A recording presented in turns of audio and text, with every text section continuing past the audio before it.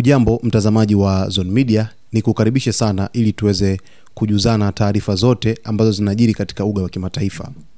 Kuna taarifa moja hapa inatoka katikati mwa Gaza City, ambapo kufuatia vita vinavyoendelea baina ya wanamgambo wa Hamas kutoka nchini Palestina kwenye ukanda wa Gaza pamoja na jeshi la Israel, wanajeshi wa Israel wanazidi kuteketea, ambapo sniper mmoja wa Hamas ameweza kumuua mwanajeshi mmoja wa Israel huko Gaza City. Hii ni taarifa ambayo waziri wa ulinzi wa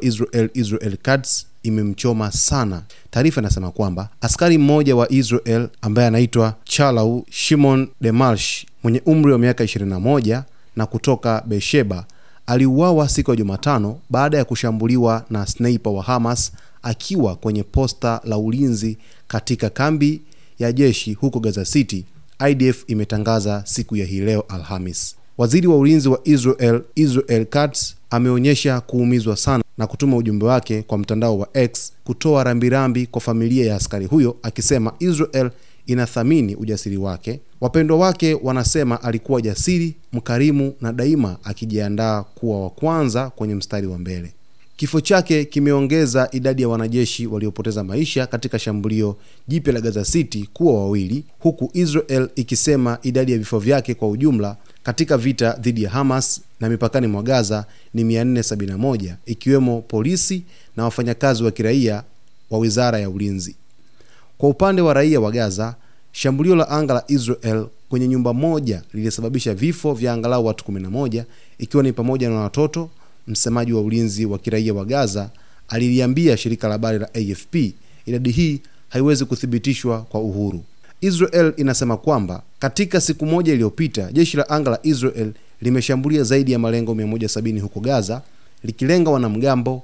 ghala za silaha na miundombinu ya Hamas. Huko Gaza City, mashambulizi ya droni yamezingatia malengo 20, ikiwa ni pamoja na wapiganaji waliokuwa wakipanga mashambulio kwa jeshi la Israel IDF, ambapo hadi sasa takwimu zinaonyesha kwamba zaidi ya watu 65,000 wameuawa au wanahesabiwa kuwa wamefariki, huku Israel ikisema imewaua wapiganaji zaidi ya 22,000 na wengine 1,600 ndani ya Israel kufuatia shambulio la Oktoba 7 mwaka 2023. Israel inaendelea kusisitiza kuwa inajaribu kupunguza vifo vya raia, huku ikisema Hamas inatumia raia kama vizuizi vya kibinadamu. Moja kati ya kitu ambacho jeshi la Israel linakwenda kukumbana na majanga makubwa ni baada ya kuingia rasmi katika operesheni mpya ndani ya Gaza City. Ni siku 2 zimetimu tangu jeshi la Israel litangaze kuanzisha operesheni za kuingia ndani moja kwa moja kwa kutumia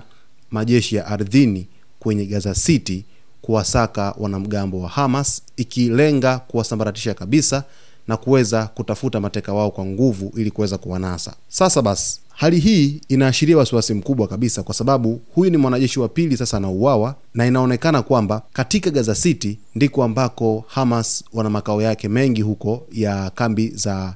kijeshi, lakini vile vile ndipo ambapo wanahifadhi silaha za kutosha, kwa sababu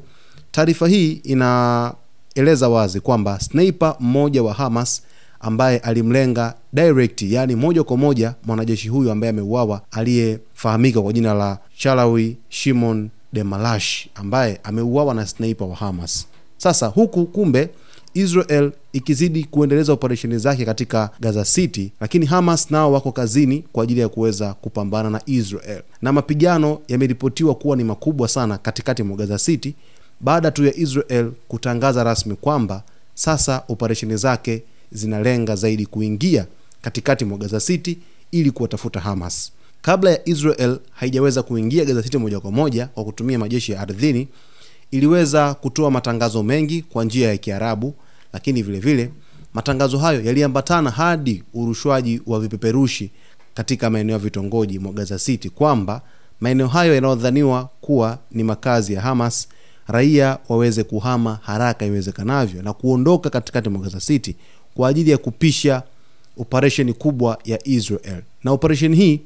waziri mkuu wa Israel Benjamin Netanyahu aliitangaza muda kidogo kwamba watafanya operesheni kali mwishoni mwa mwezi Septemba hadi kuelekea Oktoba na kuendelea, kwani wanataka kabisa kuweza kusambaratisha uwepo wa Hamas kwenye mji wa Gaza,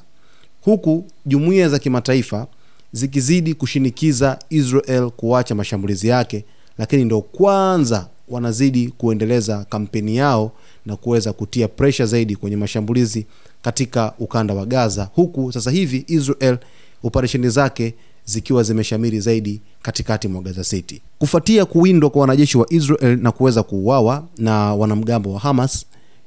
jambo hili linaashiria kwamba Hamas bado wana nguvu kubwa za kivita, hasa mbinu za sniper, mitundu na mashambulizi ya kushtukiza. Kama Israel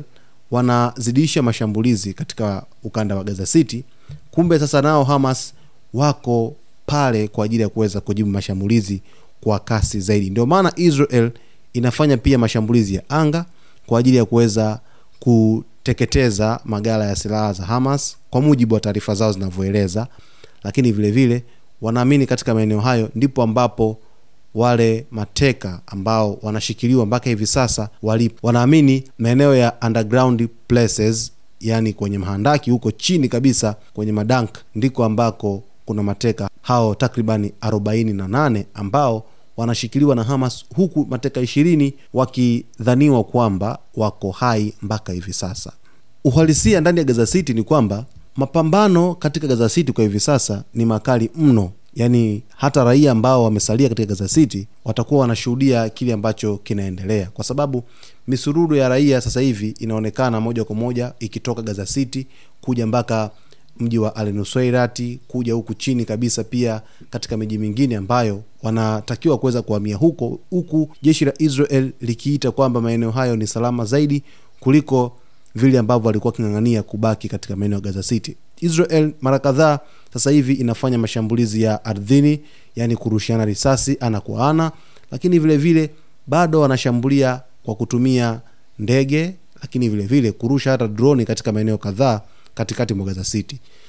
Gaza City ni sehemu ambayo waziri mkuu wa Israel Benjamin Netanyahu alikuwa akiiota karibu kila siku kwamba hapo ndipo ambapo kuna kitovu kikubwa cha Hamas, yani wanamgambo wa Hamas. Na taarifa za Israel zinaeleza kwamba tangu kuanza kwa vita, Israel imeweza kuwaua zaidi ya wapiganaji 22,000 na wengine 1600 ndani ya Israel ambao walikuwa wakitumia hata mbinu za siri kuweza kupenya katika taifa la Israel kwa ajili ya kuweza kufanya mashambulizi katika taifa la Israel. Huu ni mgogoro mkubwa sana. Sasa macho na masikio ya watu wengi ni kwenye Umoja wa Mataifa kwamba je, wataweza kufanikisha sakata hili, mazungumzo kuweza kupatikana, mwisho wa siku vita vikaweza kusitishwa, kwa sababu kila siku ripoti zinaeleza hali inazidi kuwa mbaya siku hadi siku, huku njaa ikiwa ni janga kubwa sana kwa raia ambao wanaishi Gaza. Maisha si ya kawaida mtazamaji. Yawezekana unafikiria katika namna ya kawaida, lakini kama ungepata nafasi hata ya kuweza kuona kile ambacho kinatokea kule, basi uhalisia ni mgumu sana ambao wanakutana nao raia na wananchi wa Gaza kwa ujumla. Hii ni Zone Media, tutakuletea kila update ambayo inajiri kwenye uga wa kimataifa, huku story kubwa kwa hivi sasa ikiwa ni mpango mzima wa Gaza, namna gani vita vitaweza kusitishwa. Mimi ni Victor Moshi, asante kwa kutuchagua. Usisahau kusubscribe, kulike, kucomment pamoja na kushare.